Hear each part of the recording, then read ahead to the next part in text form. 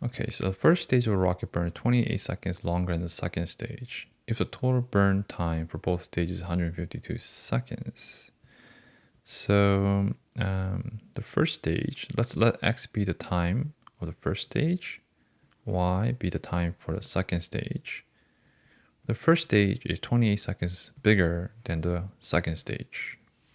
Okay, let x be the time for first stage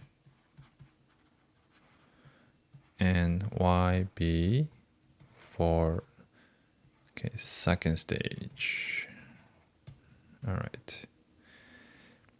And then x plus y is given to be 152, but you can change that x with 28 plus y to create an equation with only the time of the second stage.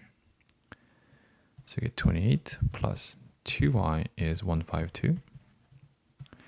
So 2y will be 152 minus 28. And y will be both sides divided by 2. So 76 minus 14, if you divide that by 2 and that by 2. And that gives you 62, right? So 62 seconds. So that's the second stage, right? The first stage is just that,